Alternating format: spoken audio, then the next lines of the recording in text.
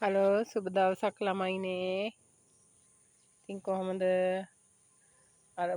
අවුරුද්ද අවසන් වෙනවනේ.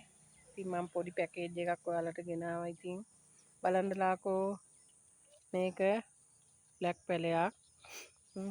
ලස්සනයි කට් මුල් එහෙම තියෙනවා. පොට්ටුවක් ඒකගෙන ඉන්නේ. මේක ලස්සන බ්ලැක් කලවම් පැලයක් සීඩ් පැලයක්. මේ ලස්සන සීඩ් පැලයක්. ඒකෙත් මලක් ලස්සන තියෙනවා. ඒකේ කොට්ටුවකුත් එනවා.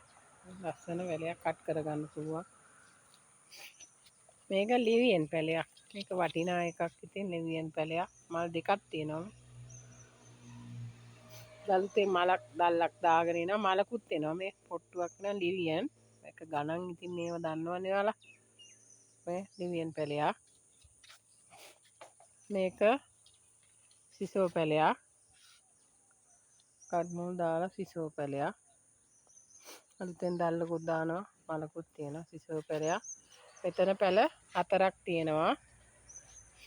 පැල 4යි.